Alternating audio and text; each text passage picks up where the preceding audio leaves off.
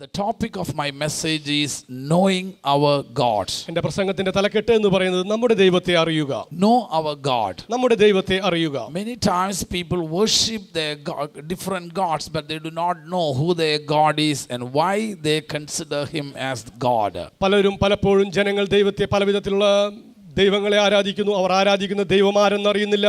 എന്തുകൊണ്ടാണ് അവർ ആരാധിക്കുന്ന ആരാധനാമൂർത്തികളെ ദൈവമെന്ന് വിളിക്കുന്നതെന്ന് പോലും അവർക്കറിയുന്നില്ല. But once you know who your God is, that will help you to trust him and continue to put your faith in him. പക്ഷേ ഞാനൊരു കാര്യം പറഞ്ഞുകൊള്ളട്ടെ, നിങ്ങൾ ഒരിക്കലായി നിങ്ങൾ ആരാധിക്കുന്ന ദൈവത്തെ അറിഞ്ഞുവെങ്കിൽ നിങ്ങളുടെ മുഴുവൻ ആയുസ്സിൻ്റെയും പ്രതീക്ഷയും പ്രത്യാശയും ആശ്രയവും ആ ദൈവത്തിൽ വെക്കുവാൻ നിങ്ങളെ സഹായിക്കും. That's why Shadrach, Meshach and Abednego were willing to even to lay down their lives for their God. അതുകൊണ്ടാണ് പ്രായബാലന്മാരായ ശദ്രക്കും മേശക്കും അബേദ്നെഗോവും തങ്ങളുടെ ജീവിതത്തെ ദൈവസന്നിധിയിൽ ആശ്രയിച്ചുകൊണ്ട് എറിഞ്ഞുകളയുവാൻ അവർ സഹായിച്ചത്. You know, they knew who their God is. അവർ ഒരു കാര്യം പരമാർത്ഥമായി അറിഞ്ഞിരുന്നു, അവർ സേവിക്കുന്ന ദൈവം ആരാണെന്ന്. That's why Daniel was willing to be thrown into the lion's den.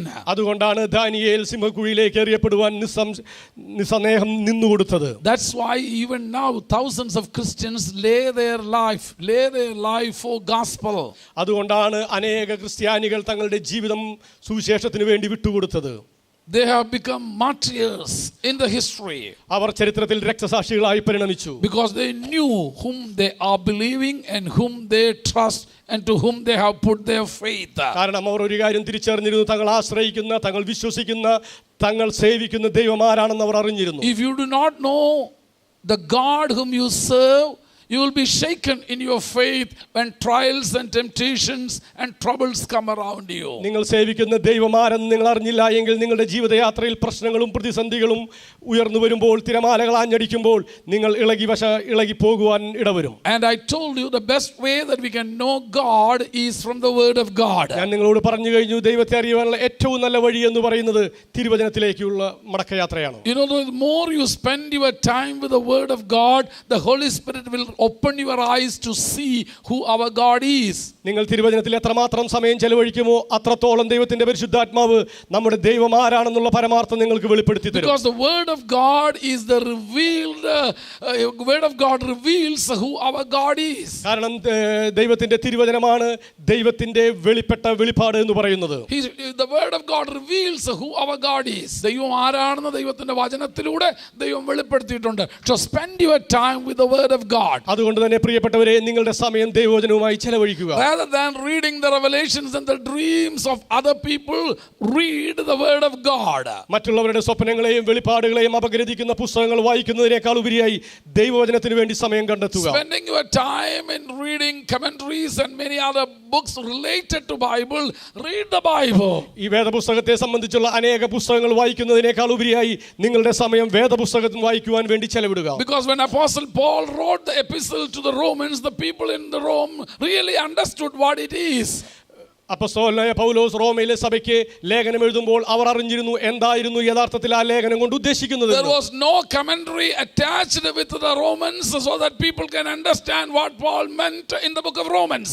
അതിന്റെ പിന്നാലെ വേറെ ഒരു വ്യാഖ്യാന ഗ്രന്ഥവും കൂടെ പൗലോസ് പിന്നാലെ അയച്ചു കൊടുത്തില്ല. Because they understood what it is when Paul wrote the word of God, the epistle to the Romans. റോമയിലുള്ള വിശുദ്ധന്മാർക്ക് പൗലോസ് ലേഖനം എഴുതിയപ്പോൾ പൗലോസ് എന്താണ് ഉദ്ദേശിച്ചതെന്ന് അവർ ഉള്ളാർത്ഥത്തിൽ ഗ്രഹിച്ചറിഞ്ഞു. So read the word of God, spend your time with the word of God, so the word of God will open your eyes to understand the truth about God. അതുകൊണ്ട് പ്രിയപ്പെട്ടവരെ, നിങ്ങളുടെ ജീവിതത്തിന്റെ അധിക സമയവും വേദപുസ്തക പാരായണത്തിനും ധ്യാനത്തിനും വേണ്ടി നീക്കിവെക്കുക. അത്തരത്തിലുള്ള പാരായണത്തിലൂടെ ധ്യാനത്തിലൂടെ ദൈവം ആരാണെന്ന് ദൈവത്തിന്റെ പരിശുദ്ധാത്മാവ് നിങ്ങൾക്ക് വെളിപ്പെടുത്തി തരും. So from the book of Genesis we were trying to know who our God is. ഉൽപ്പത്തി പുസ്തകത്തിലൂടെ നാം സേവിക്കുന്ന ദൈവം ആരാണെന്ന് അറിയുവാനുള്ള ഒരു നിതാന്ത പരിശ്രമത്തിലാകുന്നു. And how God has revealed himself in the word of God. തിരുവചനത്തിലൂടെ ദൈവം താൻ ആരാണെന്നാണ് വെളിപ്പെടുത്തിയത് എന്നതിനെ കുറിച്ചാവുന്നു നാം ചിന്തിച്ചുകൊണ്ടിരിക്കുന്നത്. And we are in chapter 9 now. നാം ഇപ്പോൾ എത്തി നിൽക്കുന്നത് ഉൽപ്പത്തി പുസ്തകം 9-ാം അധ്യായത്തിലാണ്. Turn with me to the book of Genesis chapter 9 verses 4 through 6. എല്ലാ പ്രിയപ്പെട്ടവരും ഉൽപ്പത്തി പുസ്തകം 9-ാം അധ്യായത്തിന്റെ 4 മുതൽ 6 വരെയുള്ള വാക്യങ്ങളിലേക്ക് എന്നോടുകൂടെ തിരിഞ്ഞാലും. Now Noah and his generation has come out of the ark.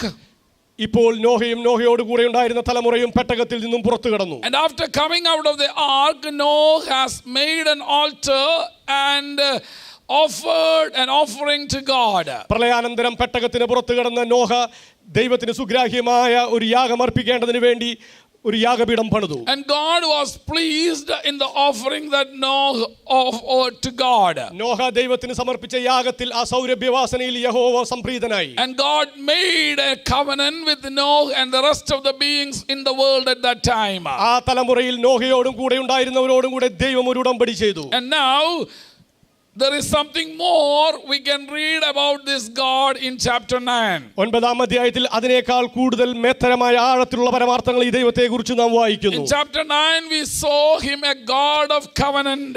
9-ാം അധ്യായത്തിൽ നമുക്ക് വെളിപ്പെട്ട് കിട്ടുന്ന ഒരു പരമാർത്ഥം എന്ന് പറയുന്നത് നമ്മുടെ ദൈവമോ അവിടുന്ന് ഉടമ്പടികളുടെ He ദൈവമാകുന്നു. makes covenant with his people who obeys him. ദൈവത്തെ അനുസരിക്കുന്ന ജനതയുമായി ദൈവം ഉടമ്പടി സ്ഥാപിക്കുന്നു. And secondly we learned from chapter 9 that he is a God who will bless with whom he has made a covenant. രണ്ടാമതായി 9-ാമത്തെ അധ്യായത്തിൽ നാം പഠിച്ചു കഴിഞ്ഞത് ഉടമ്പടിയിലൂടെ ദൈവത്തെ അനുസരിക്കുന്ന ജനതയെ അനുഗ്രഹിക്കുന്ന ഒരു ദൈവം. So he is a God of covenant and also he is a God of blessing. അവിടുന്ന് ഉടമ്പടികളുടെ ദൈവമാണ്, മാത്രമല്ല അവിടുന്ന് അനുഗ്രഹത്തിന്റെ കൂടെ ദൈവമാകുന്നു. Now from verses 4 to 6 we can see another nature of God. 9-ാം അധ്യായത്തിന്റെ 4 മുതൽ 6 വരെയുള്ള വാക്യങ്ങളിൽ ദൈവത്തിന്റെ മറ്റൊരു ദിവ്യപ്രകൃതം കൂടെ അവിടെ അനാവരണം ചെയ്യപ്പെടുകയാണ്. Don't think that he is a God of covenant and God of blessings alone. ദൈവം ഉടമ്പടികളുടെയും അനുഗ്രഹത്തിന്റെയും മാത്രം ദൈവമല്ല.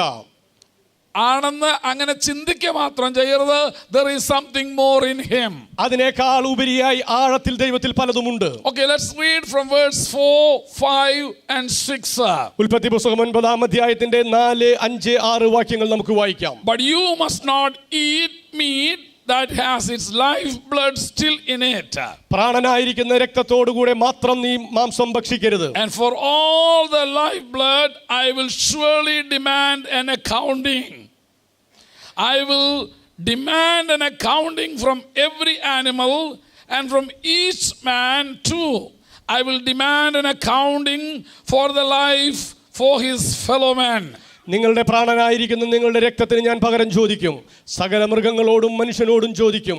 അവനവന്റെ സഹോദരനോടും ഞാൻ മനുഷ്യന്റെ പ്രാണന് പകരം ചോദിക്കും. Whoever sheds the blood of man, by man shall his blood he shed, for the image of God has God made man. ആരെങ്കിലും മനുഷ്യന്റെ രക്തം ചൊരിയിച്ചാൽ അവന്റെ രക്തം മനുഷ്യൻ ചൊരിയിക്കും. ദൈവത്തിന്റെ സ്വരൂപത്തിലല്ലയോ മനുഷ്യനെ ഉണ്ടാക്കിയത്. You may be thinking, what is pastor going to preach from this verse? ഒരുപക്ഷേ നിങ്ങൾ ചിന്തിക്കുന്നുണ്ടായിരിക്കും, ഈ വേദഭാഗത്തിൽ ഊന്നിക്കൊണ്ട് എന്തായിരിക്കും പാസ്റ്റർ പ്രസംഗിക്കുവാൻ പോകുന്നത്. God's nature is revealed in verse 4 through 6. 4 മുതൽ 6 വരെയുള്ള വാക്യങ്ങളിലാണ് ദൈവത്തിന്റെ പ്രകൃതം വെളിപ്പെട്ടു വരുന്നത്. We learned that he is a God of covenant. നാം പഠിച്ചു കഴിഞ്ഞു ദൈവമോ അവിടുന്ന് ഉടമ്പടികളുടെ ദൈവമാകുന്നു. We also learned that he is a God who blesses the people with whom he has made a covenant. താനുമായി ഉടമ്പടി ഉണ്ടാക്കിയ ജനങ്ങളെ അളവറ്റ് അനുഗ്രഹിക്കുന്നവൻ കൂടെയാണ് ദൈവമെന്നും നാം പഠിച്ചു കഴിഞ്ഞു. And here we see God of law and order. ഇവിടെ നാം പഠിക്കുന്നത് ദൈവം കൽപ്പനകളുടെയും പ്രമാണങ്ങളുടെയും ചട്ടങ്ങളുടെയും ദൈവമാകുന്നു. He is a God of law and order. കർത്താവ് നിയമങ്ങളുടെയും ചട്ടങ്ങളുടെയും ദൈവമാകുന്നു. Dear brothers and dear sisters, പ്രിയ സഹോദര സഹോദരി, when God created this world, ദൈവം ഈ ഭൂമിയെ ഉരുവാക്കിയപ്പോൾ there he has placed some laws and rules for the universe. ഈ മുഴു പ്രപഞ്ചത്തിനു വേണ്ടി ദൈവം ചില നിയമങ്ങളെയും വ്യവസ്ഥകളെയും ഉരുവാക്കി. Many times we forget about the laws and the order of God. നാം പലപ്പോഴും ദൈവത്തിന്റെ വ്യവസ്ഥകളെയും ദൈവത്തിന്റെ നിയമങ്ങളെയും വിസ്മരിക്കുകയാണ് പതിവ്. We just take it granted everything made by God. നാം പലപ്പോഴും ഇത് ദൈവത്താൽ നമുക്ക് ലഭിച്ച ഒന്നാണെന്നുള്ള ധാരണയിലാണ് പെരുമാറാറ്. So this morning I would like to emphasize the nature of God. He is a God of law and order. അതുകൊണ്ട് തന്നെ ഇന്ന് പകൽക്കാലം ഞാൻ ദൈവത്തിന്റെ പ്രകൃതത്തെയും ദൈവം നമുക്ക് മുൻപായി വെച്ചിരിക്കുന്ന നിയമങ്ങളെയും ഊന്നി പറയുവാൻ When ആഗ്രഹിക്കുന്നു. he blessed the humanity, he has also given some law and order to them. അവിടുന്ന് മാനവരാശിയെ അനുഗ്രഹിച്ചപ്പോൾ ആ അനുഗ്രഹത്തോടൊപ്പം തന്നെ നാം പാലിക്കേണ്ട നിയമങ്ങളെയും വ്യവസ്ഥകളെയും നമുക്ക് മുമ്പിൽ നിരത്തിവെച്ചു. When he gave blessings to humanity and he made a covenant with humanity, he also has given some law and order that people has to obey and to live in this world. ദൈവം മാനവരാശിയെ അനുഗ്രഹിച്ചപ്പോഴും ദൈവം മാനവരാശിയുമായി ഉടമ്പടിയിൽ ഏർപ്പെട്ടപ്പോഴും അതുകൊണ്ട് മാത്രം നിർത്താതെ ദൈവം മനുഷ്യൻ അനുവർത്തിച്ചു വരേണ്ടുന്ന നിയമങ്ങളെയും വ്യവസ്ഥകളെയും നമുക്ക് മുമ്പിൽ നിരത്തിവെച്ചു. In this world, God has put some laws and order. ഈ ലോകത്തിൽ ദൈവം ചിലതിനെ ക്രമമായും ചില കാര്യങ്ങൾ അനുവർത്തിക്കേണ്ടതിന് നിയമങ്ങളെയും സൃഷ്ടിച്ചിട്ടുണ്ട്. There are natural laws that God has put in the nature. ദൈവം പ്രകൃതിയിൽ പ്രകൃതി നിയമങ്ങളെ അവരോധിച്ചിട്ടുണ്ട്.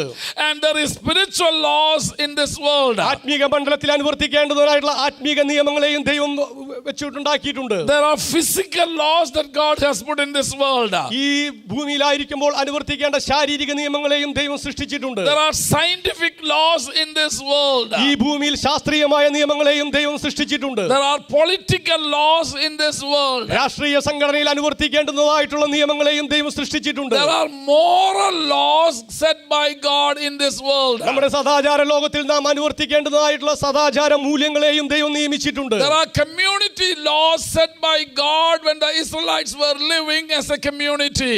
ഇസ്രായേൽ ജനം സമൂഹമായി ജീവിച്ചപ്പോൾ ഒരു സമൂഹം എന്ന നിലയ്ക്ക് അനുവർത്തിക്കേണ്ട നിയമങ്ങളെയും ദൈവം പടച്ചുണ്ടാക്കി. There are religious laws in the world when God set the spiritual practices. ദൈവം മതപരമായി അനുവർത്തിക്കേണ്ട ആത്മീകമായി അനുഷ്ഠിക്കേണ്ട നിയമങ്ങളെയും ദൈവം സൃഷ്ടിച്ചു. So the world is created with the laws and order.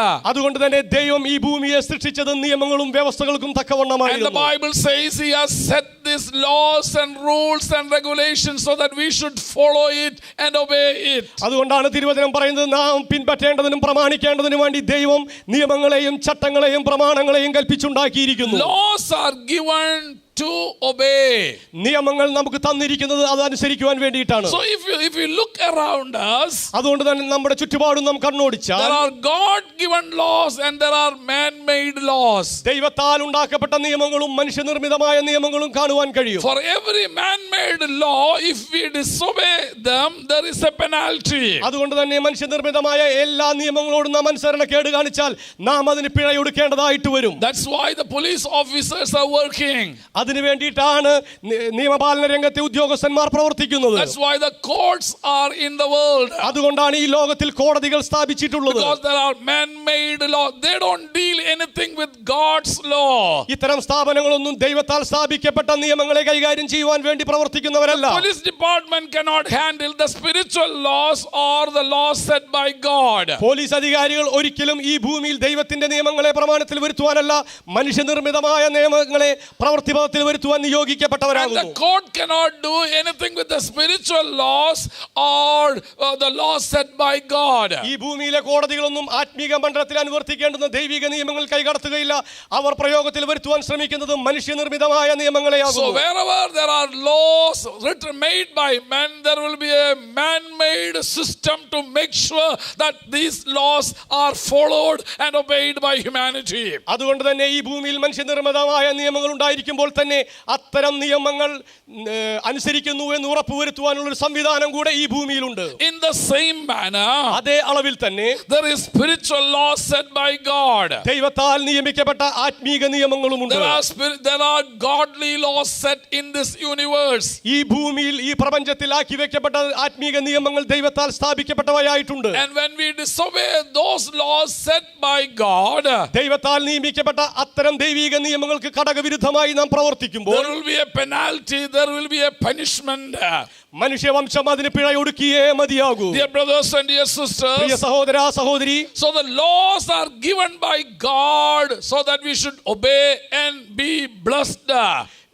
നിയമങ്ങൾ ദൈവത്താൽ തന്നതായതുകൊണ്ട് തന്നെ നാം അതിനെ പ്രമാണിക്കണം. അതിലൂടെ നാം അനുഗ്രഹിക്കപ്പെടുവാനും ഇടവരും. Disobedience to the law of God will be punished.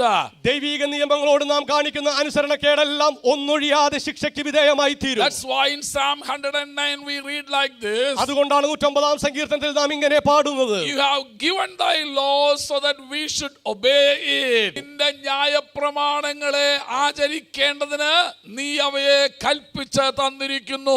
God's law is given to us so that we should obey and be blessed. ദൈവത്തിന്റെ ന്യായപ്രമാണങ്ങളെ നമുക്ക് തന്നിരിക്കുന്നത് കൃത്യമായി ആചരിക്കേണ്ടതിനും അതിലൂടെ നാം അനുഗ്രഹം പ്രാപിക്കേണ്ടതിനും വേണ്ടിയിട്ടാണ്. In the garden of Eden, when God created Adam and Eve, he gave them some laws. ഏദൻ തോട്ടത്തിൽ ദൈവം ആദാമിനെയും ഹവ്വയെയും സൃഷ്ടിച്ചാക്കിയപ്പോൾ അവർക്ക് അനുവർത്തിക്കേണ്ടതിനായി ചില നിയമങ്ങളെ നൽകി. There were rules for them. അവർക്ക് വേണ്ടി ചില ചട്ടങ്ങളെ ദൈവം കൽപ്പിച്ചുണ്ടാക്കി. To Noah and his children he gave some rules. നോഹയ്ക്കും അവന്റെ തലമുറയ്ക്കും ദൈവം ചട്ടങ്ങളെ പ്രമാണിച്ചു നൽകി. There are so many unknown rules and regulations in the universe. Man has still to find out. മനുഷ്യൻ ഇന്നും കണ്ടെത്തേണ്ട അജ്ഞാത നിയമങ്ങൾ ദൈവം ഈ ലോകത്തിൽ വെച്ചിരിക്കുന്നത് ഇനിയും അവശേഷിക്കുന്നുണ്ട്. The law of gravity was found out only a few centuries ago. ആകർഷണ നിയമത്തെ മനുഷ്യൻ കണ്ടെത്തിയത് ചില വർഷങ്ങൾക്ക് മുൻപ്. That was there from the day of creation. സൃഷ്ടിപ്പിന്റെ ആരംഭം മുതൽ തന്നെ ആ നിയമം, ആ സിദ്ധാന്തം അവിടെ ഉണ്ടായിരുന്നു. പക്ഷേ സർ ഐസക് ന്യൂട്ടൺ കഴിഞ്ഞ നാളിൽ കണ്ടുപിടിച്ചപ്പോഴാണ് നമ്മൾ അറിയുന്നത് അങ്ങനെ ഒരു നിയമം ഉണ്ടെന്ന്. When God created man, he placed a moral law in their heart. ദൈവം മനുഷ്യനെ സൃഷ്ടിച്ചപ്പോൾ മനുഷ്യനെ അനുവർത്തിക്കേണ്ടതായിട്ടുള്ള സദാചാര നിയമങ്ങളെ അവന്റെ ഹൃദയത്തിലാക്കി വെച്ചു. Even before the 10 commandments was given to humanity, there was a moral law written in the conscience of man. 10 കൽപ്പനകൾ ദൈവം മാനവരാശിക്ക് കൊടുക്കുന്നതിന് മുന്നമായി ദൈവം മനുഷ്യന്റെ മനസാക്ഷിയിൽ അവൻ അനുവർത്തിക്കേണ്ടതായിട്ടുള്ള സദാചാര നിയമങ്ങളെ കുത്തിവെച്ചു. In every generation, in every tribe and in every culture there is a moral law. എല്ലാ തലമുറയിലും എല്ലാ ഗോത്രങ്ങളിലും എല്ലാ വംശങ്ങളിലും അവർ പരിപാലിക്കേണ്ടുന്ന സദാചാര നിയമങ്ങളെ ദൈവമാക്കി കൊടുത്തു. God also gave Israel about the hygienic laws. ദൈവം ഇസ്രായേലിനെ അനുവർത്തിക്കേണ്ടതായിട്ടുള്ള ആരോഗ്യപരമായ നിയമങ്ങളെ പരിപാലിച്ചു കൊടുത്തു. Spiritual laws given to them by God. ദൈവം അവർക്ക് അനുവർത്തിക്കേണ്ടുന്ന ആത്മീക നിയമങ്ങളെ ആക്കി കൊടുത്തു. And wherever man disobeyed the law given by God, there was a penalty over them. അതുകൊണ്ട് തന്നെ മനുഷ്യർ എവിടെയൊക്കെ എപ്പോഴൊക്കെയോ ദൈവത്തിന്റെ നിയമങ്ങൾക്ക് കടകവിരുദ്ധമായി പ്രവർത്തിച്ചിട്ടുണ്ടോ അതിന് തക്കവണ്ണം അവർ ശിക്ഷയൊടുക്കേണ്ടതായിട്ട് വന്നു. In the book of Romans, Apostle Paul says, wherever men disobeyed the moral laws of God, they received punishment in their body. റോമർക്ക് എഴുതിയ ലേഖനത്തിൽ അപ്പോസ്തലനായ പൗലോസ് ഇങ്ങനെയാണ് പറഞ്ഞത്, ശരീരത്തിനെതിരായി സദാചാര മൂല്യങ്ങൾക്കെതിരായി നാം ദൈവത്തോട് എപ്പോഴൊക്കെ അനുസരണക്കേട് കാണിക്കുന്നുവോ നാം നമ്മുടെ ശരീരത്തിൽ തന്നെ അതിന്റെ പ്രത്യാഘാതങ്ങൾ വഹിക്കേണ്ടതായിട്ട് വരും. There is a penalty for breaking the law of God. ദൈവത്തിന്റെ നിയമങ്ങളെ ലംഘിച്ചു കഴിഞ്ഞാൽ അതിനൊരു ശിക്ഷ നാം കൊടുക്കേണ്ടതായിട്ടുണ്ട്. In Genesis chapter 2 verse 17 we read, ഉൽപ്പത്തി പുസ്തകം 2-ാം അധ്യായത്തിന്റെ 17-ാമത്തെ വാക്യത്തിൽ നാം അതാണ് വായിക്കുന്നത്. That's what the law given to Adam and Eve. ആദമിനും ഹവ്വയ്ക്കും ദൈവം കൊടുത്ത നിയമം അതായിരുന്നു. The day that you will eat from this tree, you are going to die. എന്നാൽ നന്മതിന്മകളെ കുറിച്ചുള്ള അറിവിന്റെ വൃക്ഷത്തിന്റെ ഫലം തിന്നുന്ന നാളിൽ നീ മരിക്കും. That was the penalty given to them. ദൈവം അവർക്ക് കൊടുത്ത ശിക്ഷ അതായിരുന്നു. In chapter 4 verse 15 we read, 4-ാം അധ്യായത്തിന്റെ 15-ാമത്തെ വാക്യത്തിൽ God also gives a law to Cain. ദൈവം കയീനും ഒരു നിയമം കൊടുത്തതായി നാം വായിക്കുന്നു. That he has to conquer the sin ahead of him. കാരണം അവൻ പാപത്തെ കീഴടക്കേണ്ടുന്ന ഒരു സന്ദർഭം അവന്റെ ജീവിതത്തിൽ വന്നു. When he disobeyed it, അവൻ അതിനോട് അനുസരണക്കേട് കാണിച്ചപ്പോൾ and killed his own brother, തന്റെ സ്വന്തം സഹോദരനെ അവൻ ഈ ഭൂമിയിൽ കൊന്നപ്പോൾ Cain was afraid that people are going to kill him. കയീന്റെ ഹൃദയത്തിൽ ഭയപ്പെട്ടു പോയി, ജനം അവനെ കൊല്ലുമോ എന്നുള്ള ഭയം അവനെ വേട്ടയാടി. And in chapter 4 verse 15 God says to Cain, ഉൽപ്പത്തി പുസ്തകം 4-ാം അധ്യായത്തിന്റെ 15-ാമത്തെ വാക്യത്തിൽ യഹോവ കയീനോട് ഇങ്ങനെയാണ് അരുളി ചെയ്തത്, if anybody will kill kill Cain, that God is going to bring vengeance over him. ആരെങ്കിലും കയീനെ കൊന്നാൽ അവന് 7 ഇരട്ടി പ്രതികാരം ചെയ്യും. So what does it mean? Every time when God gives a law, if somebody disobeyed the law, there was a penalty from God. ഇതിലൂടെ എല്ലാം വെളിവാകുന്ന ഒരു പരമാർത്ഥം എന്ന് പറയുന്നത് ദൈവം എല്ലാത്തിനും അതിൻ്റെതായിട്ടുള്ള നിയമങ്ങളെ വെച്ചു. ആരൊക്കെ ആ നിയമം ലംഘിക്കുന്നുവോ ആ വ്യക്തി അതിന് പിഴ കൊടുക്കേണ്ടതായിട്ട് വരും. Dear brothers and dear sisters, let me remind you something this morning. പ്രിയ സഹോദര സഹോദരി, ഇന്ന് പകൽക്കാലം നിങ്ങൾ ചില കാര്യങ്ങൾ മനസ്സിലാക്കിയിരിക്കണം. God has given his commandments and laws to the body of Christ, how we have to live in this world. ഈ ഭൂമിയിൽ നാം എങ്ങനെ ജീവിക്കണം, നമ്മുടെ ജീവിതം എങ്ങനെ ക്രമപ്പെടുത്തണം എന്നുള്ളതിനെ വളരെ വ്യക്തമായി കൃത്യമായി ചില തത്വങ്ങൾ ദൈവം സഭയാം ശരീരത്തിന് നൽകിയിട്ടുണ്ട്. Church has to be operated by the law of God. ദൈവത്തിന്റെ നിയമങ്ങൾക്കനുസരിച്ച് പ്രവർത്തിക്കേണ്ടുന്ന ഒരു സംവിധാനമാകുന്നു ദൈവത്തിന്റെ സഭ. Church has to be run by the word of God. തിരുവചന അടിസ്ഥാനത്തിൽ മാത്രം പ്രവർത്തിക്കേണ്ടുന്ന ഒരു സ്ഥാപനമാകുന്നു ഭൂമിയിലെ സഭ. Church is not a political setup. Church is not a social setup. Church is the body of Jesus Christ. അതുകൊണ്ട് തന്നെ സഭ ഒരിക്കലും ഒരു രാഷ്ട്രീയ സംവിധാനത്തിന്റെ ഭാഗമല്ല, ഒരു സാമൂഹിക സംവിധാനത്തിന്റെ ഭാഗമല്ല. സഭ എന്ന് പറയുന്നത് യേശുക്രിസ്തുവിന്റെ ശരീരമാകുന്നു. Because it is the body of Christ, it has to be operated by the word of Christ. ക്രിസ്തുവിന്റെ ശരീരമായിരിക്കുന്നത് കൊണ്ട് തന്നെ ആ ശരീരം പ്രവർത്തിക്കേണ്ടത് തിരുവചന അടിസ്ഥാനത്തിൽ മാത്രമായിരിക്കണം. God has given us a clear-cut commandments how a church should be operated in this world. ഈ ലോകത്തിൽ ദൈവത്തിന്റെ തിരുസഭ എങ്ങനെ പ്രവർത്തിക്കണം എന്നുള്ളതിനെ സുവ്യക്തവും സുതാര്യവുമായ നിയാമക തത്വങ്ങളെ ദൈവം നമുക്ക് കൽപ്പിച്ചു തന്നിട്ടുണ്ട്. Church and state should not be mingled together because two are entirely different things. രാഷ്ട്രവും സഭയും തമ്മിൽ ഒരിക്കലും ഒരുമിച്ച് പോകേണ്ട ഒന്നല്ല. രണ്ടും വ്യത്യസ്ത ധ്രുവങ്ങളിൽ നിലയുറപ്പിക്കുന്ന വ്യത്യസ്ത ആശയങ്ങളാകുന്നു. Because church is the body of Christ. കാരണം സഭ എന്ന് പറയുന്നത് ക്രിസ്തുവിന്റെ ശരീരമാകുന്നു. Church is the bride of Christ. സഭ എന്ന് പറയുന്നത് ക്രിസ്തുവിന്റെ മണവാട്ടിയാകുന്നു. Church has to be operated by the word of God. അതുകൊണ്ട് തന്നെ സഭ പ്രവർത്തിക്കേണ്ടത് തിരുവചന അടിസ്ഥാനത്തിലായിരിക്കണം. That's why the Holy Spirit said through Apostle Paul to the church. അതുകൊണ്ടാണ് പരിശുദ്ധാത്മാവ് അപ്പോസ്തലനായ പൗലോസിലൂടെ സഭയ്ക്ക് ബുദ്ധിയുപദേശങ്ങൾ നൽകിയിരിക്കുന്നത്. Do not be conformed to the world. ഈ ലോകത്തോട് നിങ്ങൾ ഒരിക്കലും അനുരൂപപ്പെടരുത്. Be transformed by renewing your mind. നിങ്ങളുടെ മനസ്സ് പുതുക്കി രൂപാന്തരപ്പെടുക. So our lives, the body of Christ or the church, should be in accordance with the law of God. അതുകൊണ്ട് തന്നെ നമ്മുടെ ജീവിതവും സഭയാം ശരീരവും ഈ ഭൂമിയിൽ പ്രവർത്തിക്കുന്നതിന്റെ അടിസ്ഥാനമായി പരിവർത്തിക്കേണ്ടത് ദൈവത്തിന്റെ തിരുവചനമായിരിക്കണം.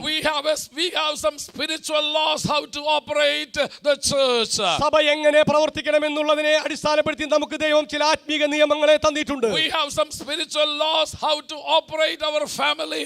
നമ്മുടെ കുടുംബജീവിതത്തെ എങ്ങനെ ക്രമപ്പെടുത്തണം എന്നുള്ളതിനെ ആസ്പദമാക്കി ദൈവം ആത്മീക നിയമങ്ങളെ നമുക്ക് തന്നിട്ടുണ്ട്. We have a spiritual law how to raise our children. നമ്മുടെ തലമുറയെ എങ്ങനെ വളർത്തിയെടുക്കണം എന്നുള്ളതിനെ ആസ്പദമാക്കി ദൈവം നമുക്ക് ചില ആത്മീക നിയമങ്ങളെ തന്നിട്ടുണ്ട്. We have given some spiritual laws whom we have to marry and whom we should not marry. നാം ആരെ വിവാഹം കഴിക്കണം, ആരുമായി വിവാഹ ബന്ധത്തിൽ ഏർപ്പെട്ടുകൂടാ എന്നുള്ളതിനെ കുറിച്ച് സുവ്യക്തമായ നിയമം ദൈവം തന്നിട്ടുണ്ട്. We have a spiritual law how we have to dress in this world. ഈ ഭൂമിയിലായിരിക്കുമ്പോൾ നമ്മുടെ വസ്ത്രധാരണം എങ്ങനെയായിരിക്കണം എന്നുള്ളതിനെ കുറിച്ച് സുതാര്യമായ ഒരു നിയമം ദൈവം തന്നിട്ടുണ്ട്. Because God was so much concerned about his bride and about his church and about the body.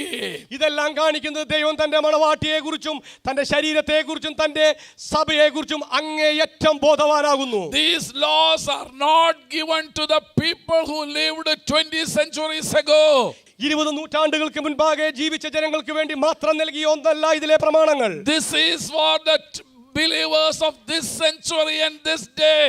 ഈ ദിവസത്തിലും ഈ നൂറ്റാണ്ടിലും ജീവിക്കുന്ന വിശ്വാസികൾക്ക് കൂടി പ്രസക്തമായ സമകാലിക പ്രസക്തിയുള്ളതാണ് ഇതിലെ നിയമങ്ങൾ. So you have to read the Bible every day. അതുകൊണ്ട് തന്നെ എല്ലാ ദിവസവും നിങ്ങൾ തിരുവചനം വായിച്ചേ മതിയാകൂ. Don't think that the epistle to the Corinthians are only for the Corinthians who lived years ago. വർഷങ്ങൾക്ക് മുമ്പ് ഈ ഭൂമിയിൽ ജീവിച്ചു മറഞ്ഞ കൊരിന്തിലെ വിശുദ്ധന്മാർക്ക് വേണ്ടി മാത്രമുള്ളതാണ് കൊരിന്തിയർക്ക് എഴുതിയ ലേഖനമെന്ന് നിങ്ങൾ ഒരിക്കലും തെറ്റായി ചിന്തിക്കരുത്. വിചാരിക്കരുത്. It is for our life. അത് ഇന്നിന്റെ യാഥാർത്ഥ്യത്തിൽ നമുക്ക് വേണ്ടിയുള്ളതാകുന്നു. If you claim the blessings of the word of God, remember the law of God is also relevant for you. ദൈവവചനത്തിലെ അനുഗ്രഹം മാത്രമല്ല ഈ നൂറ്റാണ്ടിലെ നിനക്ക് പ്രായോഗികവും പ്രസക്തവുമായിരിക്കുന്നത്, ഇതിലെ എല്ലാ വചനങ്ങളും എല്ലാ നിയമങ്ങളും നമുക്ക് പ്രായോഗികമാണ്, നമ്മളോടുള്ള ബന്ധത്തിലാണ്. So I want to teach you this morning, our God is a God of law and order. അതുകൊണ്ട് തന്നെ ഇന്ന് പകൽക്കാലം ഞാൻ നിങ്ങളെ പഠിപ്പിക്കുവാൻ ആഗ്രഹിക്കുന്നത്, നമ്മുടെ ദൈവമോ അവിടുന്ന് നിയമങ്ങളുടെയും വ്യവസ്ഥകളുടെയും ദൈവമാകുന്നു. He will make sure that his laws are kept by his people. അവിടുന്ന് ഒരു കാര്യത്തിൽ ബദ്ധശ്രദ്ധനാണ്, താൻ കൽപ്പിച്ചു കൊടുത്ത നിയമങ്ങളെ തന്റെ ജനം പാലിക്കുന്നുണ്ടോ എന്നുള്ള കാര്യത്തിൽ. That's why in the Bible he says, അതുകൊണ്ടാണ് വേദപുസ്തകത്തിൽ അവിടുന്ന് ഇങ്ങനെ അരുളി ചെയ്യുന്നത്, he is faithful to those who keep his commandments. തന്റെ നിയമങ്ങളെ ആചരിക്കുന്നവരോട് അവൻ വിശ്വസ്തനായി നിലകൊള്ളുന്നു. He will make sure whether you obeyed the word or not. അവിടുന്ന് താൻ കൽപ്പിച്ചാക്കിയ വചനങ്ങളോട് നാം വിശ്വസ്തതയുള്ളവരാണോ അല്ലയോ എന്നുള്ളതിൽ അങ്ങേയറ്റം ബദ്ധശ്രദ്ധനാകുന്നു. God has an economic principle in the word of God. തിരുവചനത്തിൽ നാം അനുവർത്തിക്കേണ്ടുന്ന സാമ്പത്തിക തത്വങ്ങളുണ്ട്. You know, God has given us some rules and regulations how we have to handle our finances. ദൈവം നമ്മുടെ കരങ്ങളിൽ പരമേൽപ്പിച്ചിരിക്കുന്ന സമ്പത്തിനെ നാം എങ്ങനെ കൈകാര്യം ചെയ്യണമെന്നുള്ളതിനെ കുറിച്ച് സുവ്യക്തമായ ദൈവിക നിയമങ്ങളുണ്ട്. How we have to take care of our body. നമ്മുടെ ശരീരത്തെ നാം എങ്ങനെ കരുതണമെന്നുള്ളതിനെ കുറിച്ചുള്ള നിയമങ്ങളുണ്ട്. Bible says വേദപുസ്തകം പറയുന്നു, you are the temple of the Lord. നിങ്ങൾ ദൈവത്തിന്റെ മന്ദിരമാകുന്നു എന്നാണ് വേദപുസ്തകം പറയുന്നത്. And also said, don't you know the Holy Spirit is abiding and residing in you. നിങ്ങളിൽ ദൈവത്തിന്റെ പരിശുദ്ധാത്മാവ് അധിവസിക്കുന്നു എന്നുള്ളത് നിങ്ങൾ അറിയുന്നില്ലയോ എന്നാണ് വേദപുസ്തകം So we ചോദിക്കുന്നത്. have to take care of the temple of God. അതുകൊണ്ട് തന്നെ ഈ ദൈവത്തിന്റെ മന്ദിരത്തെ സൂക്ഷിക്കേണ്ടുന്ന ബാധ്യത നമുക്കുള്ളതാകുന്നു. Why did I share all these things? എന്തുകൊണ്ടാണ് ഇത്തരം കാര്യങ്ങളൊക്കെ ഞാൻ പങ്കുവെച്ചത്? Just to show you only one thing. ഒറ്റ കാര്യം സ്ഥാപിക്കേണ്ടതിന് വേണ്ടി മാത്രം. Our God is a God of law and order. നാം സേവിക്കുന്ന നമ്മുടെ ദൈവമുണ്ടല്ലോ, അവിടുന്ന് നിയമങ്ങളുടെയും വ്യവസ്ഥകളുടെയും So ദൈവമാകുന്നു. make sure you keep the laws of God in your life. അതുകൊണ്ട് തന്നെ നിങ്ങളുടെ ജീവിതയാത്രയിൽ ദൈവം തന്ന നിയമങ്ങളെ നിങ്ങൾ അനുസരിക്കുന്നുണ്ടോ എന്ന് ഉറപ്പുവരുത്തുക. And if you keep the law, the Bible says, ദൈവത്തിന്റെ വചനത്തെ നീ അനുസരിക്കുന്നുവെങ്കിൽ ദൈവം പറയുന്നു, I will bless you. ദൈവം പറയുകയാണ്, ഞാൻ നിങ്ങളെ അനുഗ്രഹിക്കുമെന്ന്. I will be with you. ഞാൻ നിന്നോട് കൂടെ I ഇരിക്കാമെന്ന്. will never leave you nor forsake you. ഞാൻ നിന്നെ ഒരു നാളും കൈവിടുകയില്ല, ഉപേക്ഷിക്കുകയുമില്ല You എന്ന്. will not be orphans. ഞാൻ നിന്നെ ഒരിക്കലും അനാഥനായി കൈവിടുകയില്ല. I will be with you always. ഞാൻ ലോകാന്ത്യത്തോളം നിങ്ങളോട് കൂടെ ഇരിക്കും. Why? എന്തുകൊണ്ട്? He is a God of law and order. അവിടുന്ന് നിയമങ്ങളുടെയും വ്യവസ്ഥകളുടെയും ദൈവമാകുന്നു. Wherever his law is kept, he will honor them. എവിടെയൊക്കെ അവിടുത്തെ നിയമങ്ങളെ പാലിക്കപ്പെടുന്നുവോ അവരെ ദൈവം ആദരിക്കുന്നു. He will make sure that his people are blessed wherever his people keep his law. തന്റെ ജനം തന്റെ നിയമത്തെ അനുസരിക്കുന്നതിലൂടെ ആ ജനം അനുഗ്രഹിക്കപ്പെടുന്നു എന്ന് ഉറപ്പുവരുത്തുന്നവരാകുന്നു നമ്മുടെ ദൈവം. That's why the psalmist wrote like this. അതുകൊണ്ടാണ് ഒരിക്കൽ സങ്കീർത്തനക്കാരൻ ഇങ്ങനെ പാടിയത്, I was young and now I have become so old. ഞാൻ ബാലനായിരുന്നു, ഞാൻ ഇപ്പോൾ വൃദ്ധനായി തീർന്നു. But I have never seen one thing in my life so far. പക്ഷേ ഇതുവരെയും ഞാൻ എന്റെ ജീവിതത്തിൽ ഇതുവരെയും കാണാത്തൊരു കാര്യമുണ്ട്. I have seen so many young lions have been hungry and wandering around. ബാലസിംഹങ്ങൾ ഇര കിട്ടാതെ വിശന്നിരിക്കുന്നത് ഞാൻ എന്റെ ആയുസ്സിൽ കണ്ടിട്ടുണ്ട്. But I have never seen the sons of the righteous be hungry and wandering around. പക്ഷേ നീതിമാന്റെ മക്കൾ അലയുന്നതും അപ്പത്തിനായി ഇരക്കുന്നതും ഞാൻ ഇതുവരെ എന്റെ ആയുസ്സിൽ കണ്ടിട്ടില്ല. Why? എന്തുകൊണ്ട്? These righteous people are the one who has kept my law and walked in my way. ദൈവത്തിന്റെ നിയമങ്ങളെ പാലിക്കുകയും തങ്ങളുടെ ജീവിതത്തെ ദൈവത്തിന്റെ വഴികളെ ക്രമപ്പെടുത്തുകയും ചെയ്യുന്നവരാകുന്നു They are നീതിമാന്മാർ. the one who has made a covenant with me through the sacrifice. എന്നോട് യാഗം ചെയ്ത, എന്നോട് ഉടമ്പടി ചെയ്ത എന്റെ വിശുദ്ധന്മാരാണ് അവര്. ആകയാൽ അവരുടെ തലമുറ നഷ്ടപ്പെടാൻ ഞാൻ അനുവദിക്കത്തില്ല. അവരുടെ തലമുറയ്ക്ക് വേണ്ടി ഞാൻ നീതി പ്രവർത്തിക്കുന്ന ദൈവമാണ്. You can count on him. നിനക്ക് അവിടുത്തെ വിശ്വസിക്കാം. You can count on him. നിനക്ക് അവിടുത്തെ ആശ്രയിക്കാം. Our God is a God of law and order. നീ സേവിക്കുന്ന ദൈവമുണ്ടല്ലോ, അവിടുന്ന് നിയമങ്ങളുടെയും വ്യവസ്ഥകളുടെയും ദൈവമാകുന്നു. With great confidence I can declare to the world one thing. വളരെ ഉറച്ച മനസാക്ഷിയോടെ പ്രാഗൽഭ്യത്തോടെ എനിക്ക് ലോകത്തോട് ഒരു കാര്യം വിളിച്ചു പറയുവാൻ My കഴിയും. God is a righteous God. എന്റെ ദൈവമോ അവിടുന്ന് നീതിമാനായ He ദൈവമാകുന്നു. will never leave me nor forsake me. അവിടുന്ന് ഒരു നാളും എന്റെ ആയുസ്സിൽ എന്നെ കൈവിടുകയില്ല, As ഉപേക്ഷിക്കുകയുമില്ല. long as I walk in righteousness and keep his law and commandments, ഞാൻ അവിടുത്തെ കൽപ്പനകൾ പ്രമാണിച്ചുകൊണ്ട് നീതിയിൽ എന്റെ ജീവിതം ക്രമപ്പെടുത്തുമ്പോൾ I can walk into the holy of holies boldly whenever I need the grace of God. എന്റെ ജീവിതത്തിൽ ഒരു ആവശ്യം വരുമ്പോൾ തൽസമയത്ത് കൃപ പ്രാപിക്കേണ്ടതിന് ധൈര്യത്തോടെ കൃപാസനത്തിലേക്ക് അടുത്തു പോകുവാനുള്ള പ്രാഗൽഭ്യം എനിക്കുണ്ട്. And he has given me that privilege. ആ ഒരു പദവിയാണ് ദൈവം എനിക്ക് തന്നത്. This morning ഇന്ന് പകൽക്കാലം I wanted to teach you only one thing to you. നിങ്ങളെ പഠിപ്പിക്കാൻ ഞാൻ ആഗ്രഹിക്കുന്ന ഏക കാര്യം എന്ന് പറയുന്നത്, Our God is a God of law and order. നിങ്ങളുടെ ദൈവമുണ്ടല്ലോ അവിടുന്ന് നിയമങ്ങളുടെയും വ്യവസ്ഥകളുടെയും ദൈവമാകുന്നു. And he will keep that his law in your life. അവിടുന്ന് നിങ്ങളുടെ ജീവിതത്തിൽ ആ നിയമങ്ങളെയും വ്യവസ്ഥകളെയും He പൂർണ്ണതയിലെത്തിക്കും. will keep that promise in your life. നിന്റെ ജീവിതത്തിൽ നിനക്ക് തന്ന വാഗ്ദത്തങ്ങളെ അവിടുന്ന് So കാത്തുപരിപാലിക്കും. let's walk in the ways of the Lord this morning. അതുകൊണ്ട് തന്നെ പ്രിയപ്പെട്ടവരെ, ഇന്ന് മുതൽ നമുക്ക് ദൈവവഴികളിൽ നടക്കാം. Let's make a new decision this morning. ഇന്ന് പകൽക്കാലം നമുക്കൊരു പുതിയ തീരുമാനത്തിലെത്താം. I don't care what the world has to offer to me. ലോകം എനിക്ക് മുമ്പിൽ എന്തു വെച്ച് നീട്ടുന്നുവോ അത് ഞാൻ കാര്യമാക്കുന്നില്ല. I will walk in the ways of the Lord ഞാൻ ദൈവവഴികളിൽ മാത്രം നടക്കും till my death. എന്റെ അന്ത്യശ്വാസം വരെ.